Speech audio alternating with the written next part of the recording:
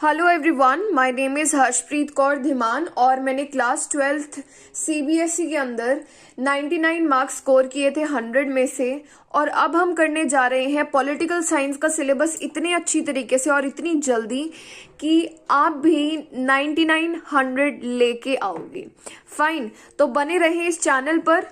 अब हमारा chapter number 1 है बुक नंबर 2 का।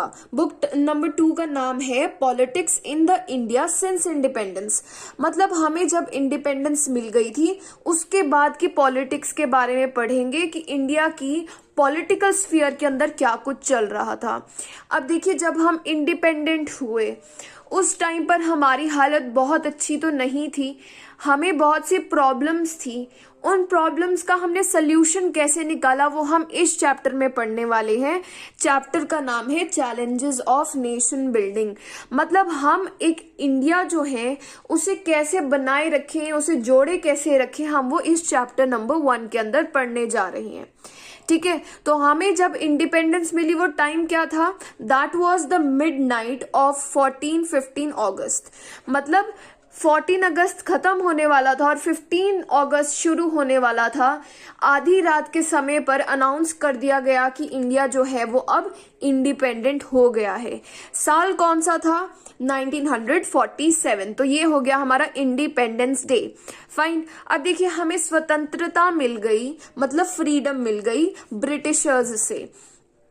परंतु ये जो फ्रीडम मिली है हमें वो पार्टीशन के साथ मिली है। पार्टीशन का मतलब समझते हैं। देखिए, पहले जो हमारा ब्रिटिश इंडिया होता था वो यहां से लेके ऐसे बहुत बड़ा सा होता था। फाइन, अब जब हमें इंडिपेंडेंस मिली तो इंडिया को 2 हिस्सों में बांट दिया गया, एक पाकिस्तान और एक इंडिया। ठीक है, आपको पता है जो आज का हमारा मैप है वो हम इंडिया है। ठीक है, और पाकिस्तान के 2 हिस्से थे। एक था वेस्ट पाकिस्तान जो आज के टाइम पर पाकिस्तान है, और दूसरा पाकिस्तान था ईस्ट पाकिस्तान जो आज के टाइम पर बांग्लादेश कंट्री बन चुकी है। तो आपने देख लिया कि हमें बांट दिया गया था उस टाइम पर। अब इस पार्टीशन की वजह से, मतलब हमें पार्ट्स में डिवाइड कर दिया, इसकी वजह से बहुत सी वायलेंस हुई। मतलब कि वायलेंस का मतलब होता है बहुत ज्यादा लोग एक दूसरे को मार रहे हैं। डिस्प्लेसमेंट हुई, मतलब यहाँ के मुस्लिम पाकिस्तान में, यहाँ के मुस्लिम पाकिस्तान में, इस एरिया के हिंदू इंडिया में। बहुत ज़्यादा डिस्प्लेसमेंट हुई, मतलब प्लेस जो है लोगों का वो चेंज हुआ। बहुत ज़्यादा ट्रॉमा था, खतरनाक टाइम था वो बहुत ज़्यादा। ठीक है, अब देखिए हमारा इंडिया बन गया है। अब जब हमारा इंडिया बन गया है तो सभी लोगों का जो विजन था कि हमारा फ्री इंडिया कैसा होना चाहिए वो बहुत अलग अलग था। ठीक है, अलग लोग अलग अलग चीजें बोल रहे थे, परंतु सभी लोगों के व्यू में 2 चीजें ऐसी थी जो बिल्कुल कॉमन थी। सभी लोग 2 चीजों को जो है बहुत ज्यादा इंपॉर्टेंट मानते थे कि हमारे इंडिया के अंदर ये तो होना चाहिए। नंबर 1 है डेमोक्रेसी। डेमोक्रेसी का मतलब है लोग जो हैं वो इंडिया को संभालेंगे। कोई ऐसे डिक्टेटर नहीं होगा, तानाशाह नहीं होगा जो सिर्फ एक बंदा पूरी कंट्री को नहीं चलाएगा, लोग अपनी कंट्री को चलाएंगे। ठीक है, and good for the all इस कंट्री में होगा, मतलब सभी लोगों का अच्छा होगा। सिर्फ रिच लोग जो हैं वो उनके साथ ही अच्छा नहीं होगा, सभी पुअर डिसएडवांटेज जो लोग हैं उनके साथ बहुत अच्छा किया जाएगा। ठीक है, अब देखिए हम पढ़ने वाले हैं कि challenges of the nation building के अंदर ये चैलेंजेस कौन कौन से थे। देखिए, इंपॉर्टेंट क्वेश्चन है, ये आता रहता है एग्जाम के अंदर, that what are the 3 challenges of the independent India. या फिर हमें नेशन बिल्डिंग के अंदर कौन से 3 चैलेंजेस, कौन सी 3 प्रॉब्लम्स को फेस करना पड़ा था। सबसे फर्स्ट चैलेंज है वो है यूनिटी और डाइवर्सिटी को इकट्ठा रखना। यूनिटी क्या होता है? एकता, कि हम सारे इंडियंस हैं। डाइवर्सिटी क्या है? कि हमारा रिलीजन अलग है, हम अलग भाषा बोलते हैं, हमारा कल्चर भी अलग है, और हम सभी की रीजनल आइडेंटिटी है। मतलब हम कहाँ पर रह रहे हैं, हम साउथ के हैं, हम नॉर्थ के हैं, हम नॉर्थ ईस्ट के हैं। मतलब लोग कितने डिफरेंट आप देख सकते हो।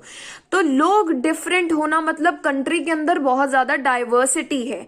परंतु हमारी कंट्री इतनी बड़ी है ना, उसको अब हम यूनाइटेड कैसे रखेंगे, वो बहुत बड़ी प्रॉब्लम थी। कि पहली बात, पार्टीशन हो गया है इंडिया का, मतलब हम पहले ही पार्ट्स में, टुकड़ों में बट चुके हैं। अब क्या ऐसा होने वाला है कि जो हमारा बचा हुआ इंडिया है वो भी बट ना जाए, ये बहुत बड़ी प्रॉब्लम थी कि हम यूनाइटेड इंडिया को कैसे बनाएंगे, हम कैसे सभी को एक जगह संजो कर रखेंगे, वो बहुत ज़्यादा इम्पोर्टेंट था। अब देखिए दूसरा चैलेंज था डेमोक्रेसी को एस्टैब्लिश करना। जिस कंट्री के अंदर पहले मुगलों ने शासन किया, उसके बाद ये ब्रिटिशर्स आ गए, बुरी हालत हो गई हमारी कंट्री की। अब हमें अपने लोगों को फंडामेंटल राइट्स देने हैं, राइट टू वोट देना है हर एक सिटीजन को।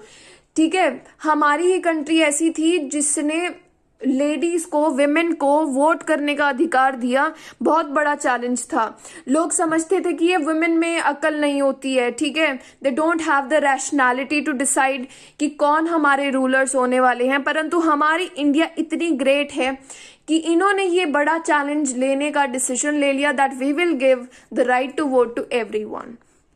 डेमोक्रेसी का अगला पोर्शन है कि हमें रिप्रेजेंटेटिव डेमोक्रेसी प्रोवाइड करनी है। मतलब हमारी डेमोक्रेसी कैसी होगी, वो रिप्रेजेंटेटिव होगी।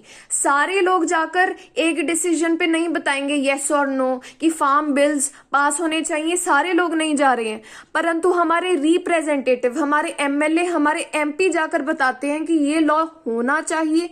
हमारे एमपी और एमएलए कौन होते हैं, हमें रिप्रेजेंट करने वाले होते हैं। तो हमारे रिप्रेजेंटेटिव्स जो हैं वो डिसाइड करते हैं that whether we want this law और नॉट। ठीक है, तो हमें ये सिचुएशन क्रिएट करनी है जहां पर हमारी कंट्री में रिप्रेजेंटेटिव डेमोक्रेसी हो, पार्लियामेंट्री गवर्नमेंट हो, मतलब हमारा एक पार्लियामेंट हो जहां पर डिबेट एंड डिस्कशन हो। ठीक है, पहले सारे लोगों का व्यू देखा जाए कि ये लॉ पास होगा या नहीं होगा।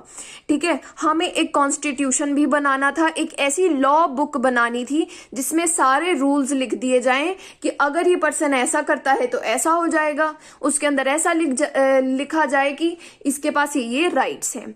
अब तीसरा चैलेंज देखिए क्या था कि हमें अपनी कंट्री की डेवलपमेंट करनी थी और वेल बीइंग करनी थी पूरी सोसाइटी की।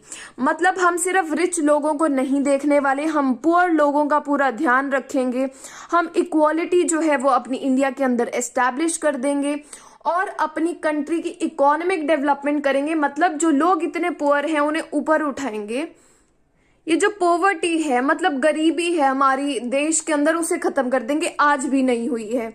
ठीक है, उसके बाद स्पेशल प्रोटेक्शन दी जाएगी इन पुअर लोगों को। ठीक है, उसके बाद directive principles of state policy बनाए गए, जिसे शॉर्ट फॉर्म में बोल दिया जाता है DPSP, directive principles of state policy. मतलब जो हमारी गवर्नमेंट है उसे कॉन्स्टिट्यूशन ने बता दिया आपको ऐसा करना है ताकि लोगों का भला हो, उनकी वेलबींग हो। आपको ऐसे करना है ताकि लोग जो है वो पुअर से रिच हो जाएं। ठीक है, ऐसे बहुत सारे डायरेक्टिव्स दिए गए हैं, डायरेक्शंस दी गई हैं गवर्नमेंट को कि आपको करना है तो करो, नहीं करना ना करो। मतलब उनके ऊपर है, गवर्नमेंट के ऊपर है।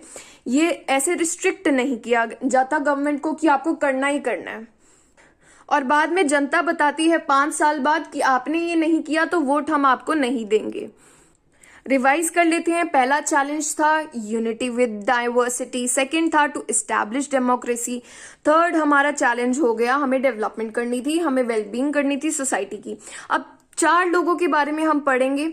ठीक है, फैज अहमद फैज हैं, इन्होंने एक पोइट्री लिखी है जिसका नाम है the dawn of freedom. Dawn means सवेरा, कि हमें जब 15 अगस्त को पता चलता है हमें फ्रीडम मिल गई है तो वो कैसी थी।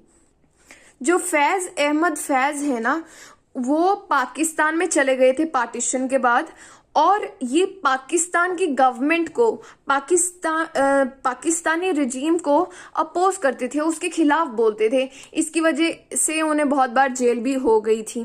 ठीक है, नेक्स्ट है पोएट, उनका नाम है अमृता प्रीतम, जिन्होंने पोएम लिखी है टुडे आई कॉल वारिस शाह।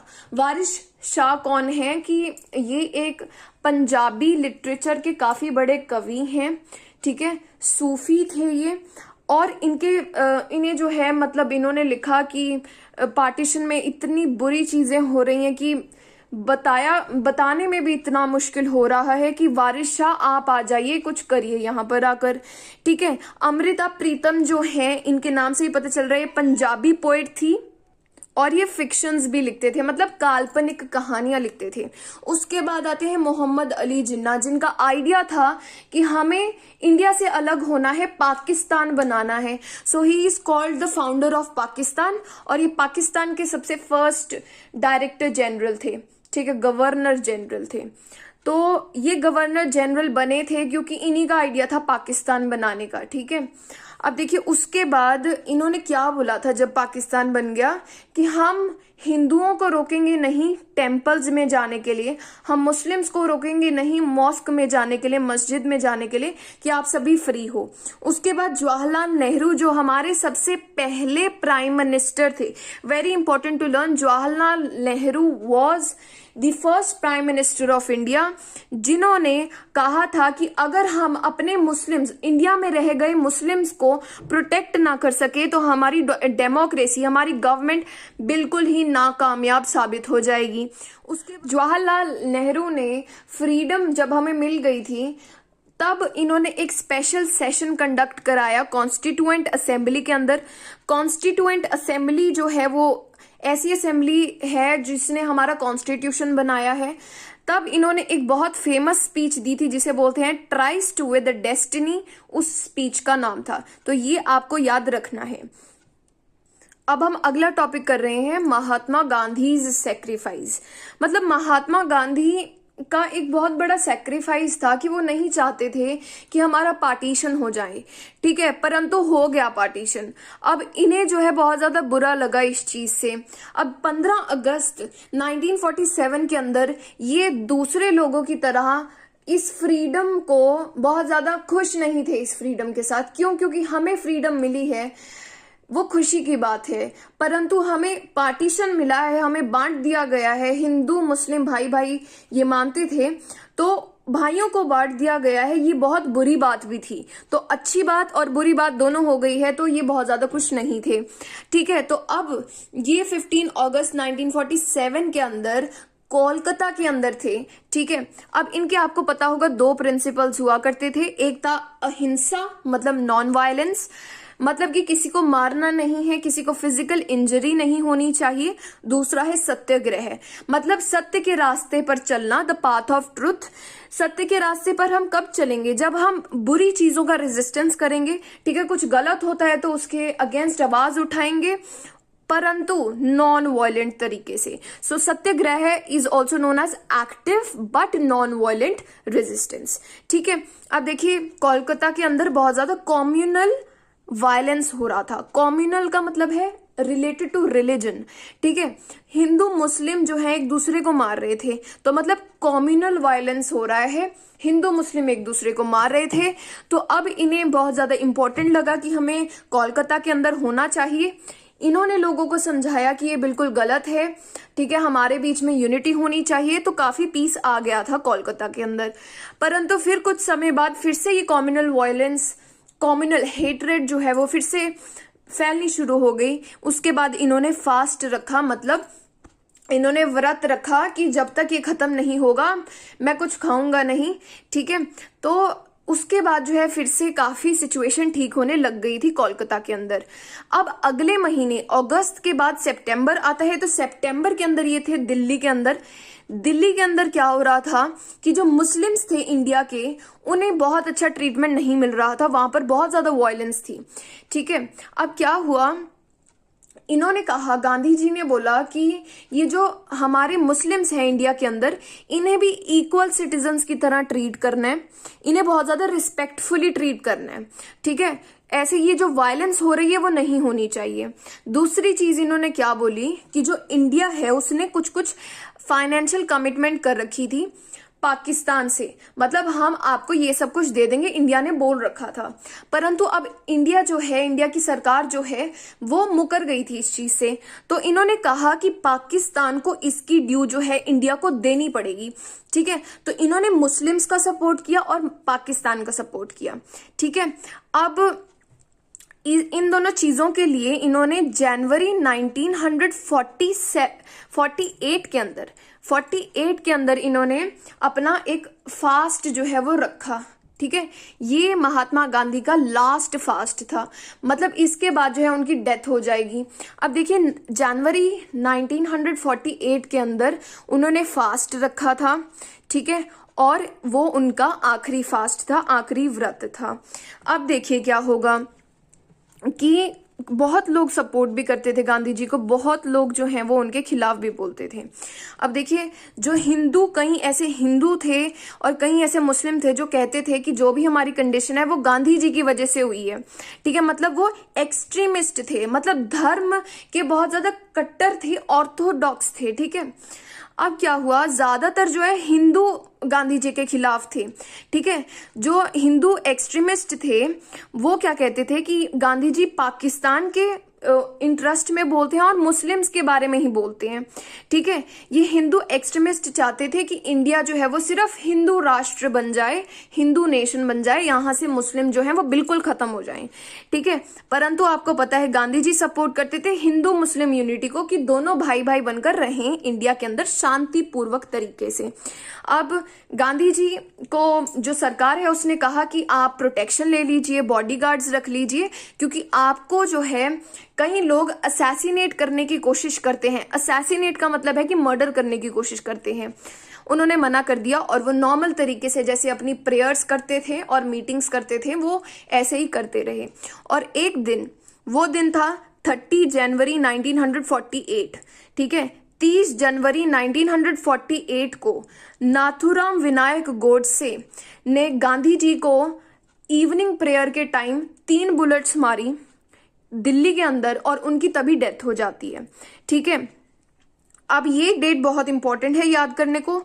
अब देखिए क्या हुआ कि गांधी जी की डेथ के बाद काफी कम्युनल वायलेंस जो है वो खत्म हो गया था, मतलब खत्म होना शुरू हो गया था, कि लोगों को फील हो रहा था कि इस लीडर ने हमारी यूनिटी के लिए जान भी दे दी है।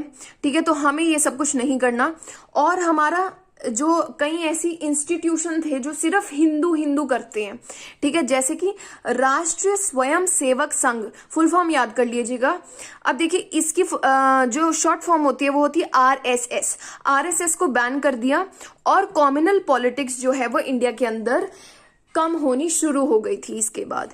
तो आज हमने पढ़ लिया 3 challenges of the nation building और दूसरा पढ़ लिया हमने महात्मा गांधी जी का रोल। आई होप आपको सब कुछ क्लियर हुआ हो। Thank you so much.